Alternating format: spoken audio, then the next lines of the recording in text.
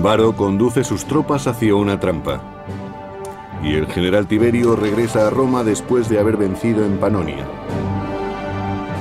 El emperador Augusto ve la victoria de Tiberio como una prueba irrefutable del poder del imperio. Roma es invulnerable.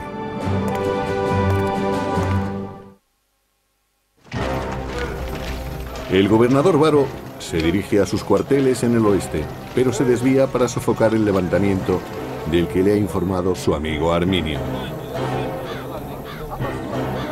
En realidad, Varo se acerca cada vez más a la trampa. Está en las profundidades del bosque de Teutoburgo, en una zona conocida como Calcrise. Los soldados se desplazaban sobre bancos de arena y estaban rodeados por la espesura del bosque. Se trataba de una zona de paso muy complicada, por lo que la columna romana tuvo que estrecharse.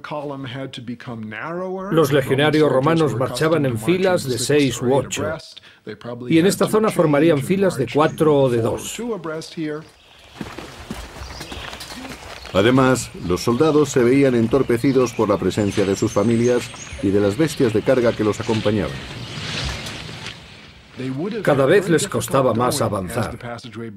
Los caminos estaban encharcados o cubiertos de barro y lodo, y además estaban cerca de las rías, por lo que encontraban muchos barrancos a su paso.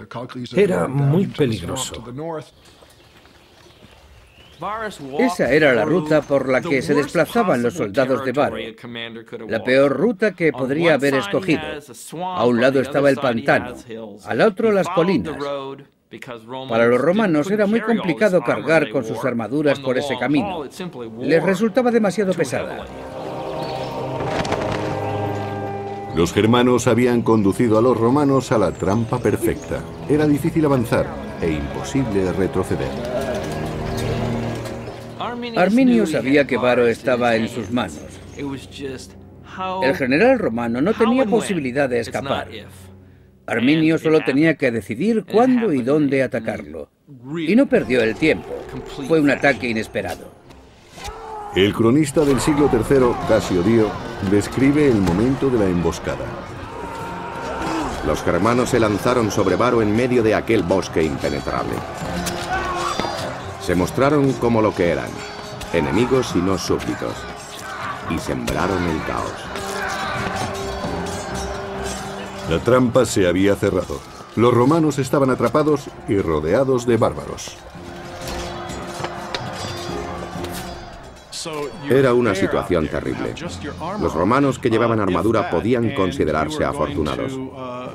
No tenían espacio para desplegarse e iban a ser diezmados muy rápidamente. La columna de militares romanos y de civiles medía 1,5 kilómetros de largo. Varo, situado en la mitad, no era consciente del desastre de la vanguardia. Solo sabía que la marcha se había detenido súbitamente.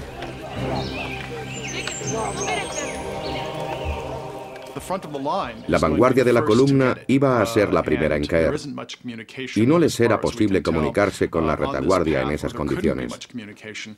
El ejército romano estaba en una situación muy vulnerable. Realmente corrían un gran peligro. Cuando Varo fue informado del ataque, ya era tarde. No había tiempo de prepararse ni de escapar. La sucesión exacta de los acontecimientos sigue siendo un misterio. Creo que en esta batalla el desenlace estaba decidido menos de 1 hora después, pero las escaramuzas pudieron continuar durante el resto de la tarde. Los legionarios tuvieron que asumir lo inevitable. Debió de ser un golpe muy duro para los romanos. Eran el imperio, el ejército más poderoso, como los Estados Unidos actualmente. Cada vez había más bajas entre los romanos y, según Casio Dio, empezaron a llegar más germanos. Las fuerzas del enemigo aumentaron. Los germanos que dudaron en un principio se unían ahora con la promesa del saqueo.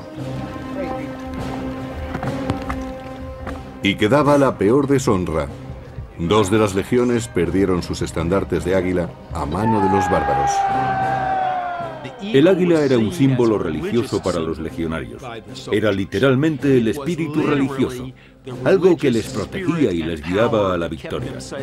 Si perdían el águila en combate, o si era apresada por el enemigo, los romanos se sentían como si les hubieran robado el espíritu. Y sin espíritu la derrota era segura, pero mucho peor que la derrota era la deshonra.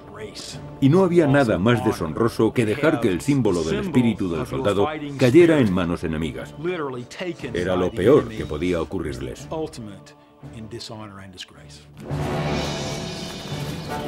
Los romanos pierden la batalla y los estandartes.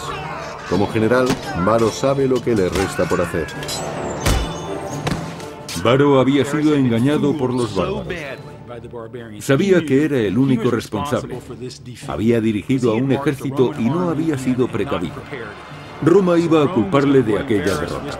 El propio Varo no podría nunca perdonarse a sí mismo. Su única salida era el suicidio, incluso si era un suicidio poco honorable. Los germanos, a las órdenes de Arminio, han recuperado su tierra y han derrotado al ejército más poderoso del mundo. Según su tradición, ahora debían martirizar a los prisioneros. El escritor del siglo II, Florus, lo describe. Nunca hubo una matanza más cruel que aquella en los bosques. Nunca hubo tantas ofensas proferidas por bárbaros, especialmente hacia las figuras de los legisladores. A algunos hombres les sacaron los ojos, a otros les cortaron las manos. A uno le cosieron la boca después de cortarle la lengua.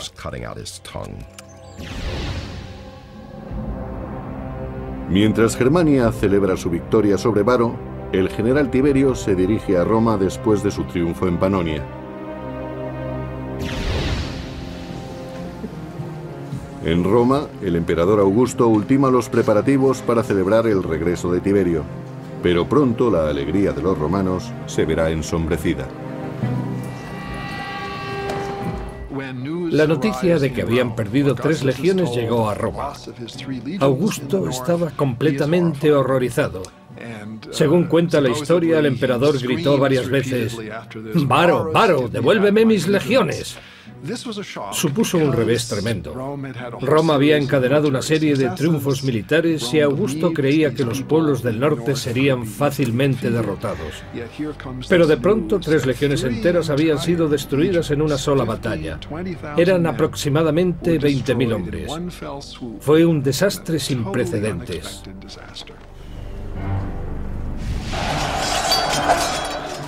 Y ahora que los queruscos y otras tribus bárbaras habían escapado a su control, ¿qué les impedía asolar Roma?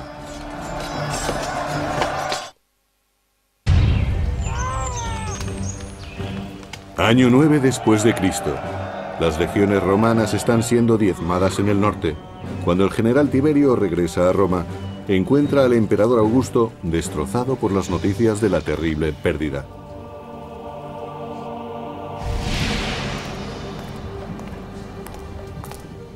Los bárbaros de más allá del Rin han acabado con 3 legiones dirigidas por el general Varo. El desastre de Varo frustró los planes de Augusto. Ahora resultaba mucho más complicado expandir la frontera norte del Imperio Romano. Ahora siempre tendrían que enfrentarse con feroces pueblos en sus fronteras. En cualquier momento, las tribus podrían adentrarse en su territorio para atacar. Ha sido un golpe muy duro para Roma y no puede quedar impune. Arminio había asestado un duro golpe a la moral del imperio y, por tanto, el orgullo y el honor de Roma debían ser vengados. Habían perdido cerca de 20.000 hombres de una fuerza de legionarios compuesta de 150.000. Sería como si el ejército de Estados Unidos perdiese a 60.000 de sus 600.000 hombres. Si perdiesen al 10% de sus efectivos, saldría en la portada de todos los periódicos. Para restaurar el prestigio de Roma, el general Tiberio moviliza a sus tropas. Tiberio se desplaza con 8 legiones y tropas auxiliares para reforzar la frontera del Rin y la Galia. Roma parece a salvo por el momento. Los germanos siguen en la frontera, pero los romanos han aprendido lo astutos que pueden ser sus enemigos y permanecen vigilantes incluso en su territorio. Hay guardias apostados en todas las esquinas de Roma. Fue muy duro para Roma, como ciudad y como sociedad, comprobar que aquellos pueblos del norte eran capaces de asestar un golpe así a su ejército. César, Tácito y muchos otros dirigentes los habían considerado militarmente inferiores.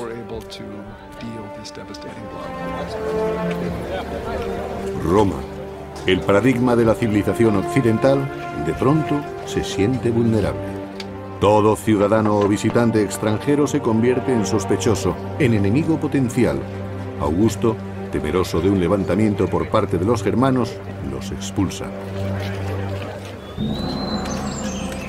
Mientras Roma entera se estremece de miedo, los germanos del otro lado del Rin se muestran eufóricos. Arminio celebra su victoria sobre Roma uniéndose en matrimonio a Tusnelda. Se trata de la hija del caudillo rival, Seyestes, que trató de prevenir a Varo de la traición de Arminio. En contra de los deseos de su padre, Tusnelda se deja raptar por Arminio. Las mujeres germanas eran increíblemente fuertes. Podían llegar a matar a sus hombres si se rendían en combate.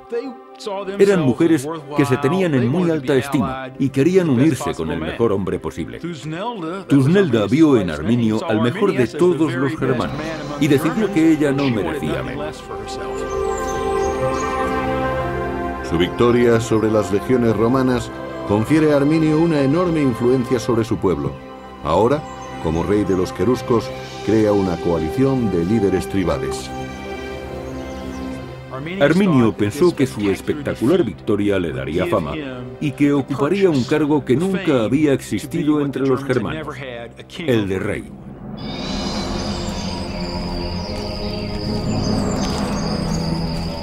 El lugar de la masacre se convirtió en un lugar sagrado. Se mantuvo intacto para conmemorar la victoria y rendir culto a los dioses germanos. Los germanos practicaban su culto en el campo. Erigían imágenes y tótems de animales en el bosque. El tallado de tótems era muy común en la época, también entre los romanos, pero probablemente los germanos sean el mejor ejemplo. Roma había sufrido un fuerte impacto. Los germanos conservaron las armas romanas como una recompensa sagrada. Las espadas, picas y escudos eran obras de artesanía y su fabricación requería muchos materiales. Económicamente eran muy valiosos, pero parece ser que en muchas circunstancias el valor ritual era más importante. Se han encontrado cientos de ellos con ornamentos que indican que pertenecieron a oficiales. Algunas de estas armas tienen detalles en oro y plata. Gracias a su astucia y a la violencia, los germanos han conseguido recuperar su territorio, al menos por ahora. Pero Roma no está dispuesta a rendirse. Los romanos se dieron cuenta de que tenían un grave problema en el Rin. Decidieron reagruparse, lo que significó reclutar más soldados y establecer nuevas alianzas con los bárbaros. Al cabo de un tiempo, Roma envió nuevas expediciones más allá del Rin. Su intención era pacificar el área, pero también pretendían recuperar su honor perdido en la batalla contra Arminio.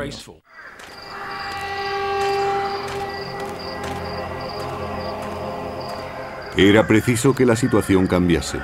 El Imperio Romano necesitaba recuperar su autoestima. Año 13 después de Cristo. 4 años después de la masacre, el emperador Augusto manda a Germánico, general de las tropas romanas, a luchar contra Arminio y los bárbaros queruscos.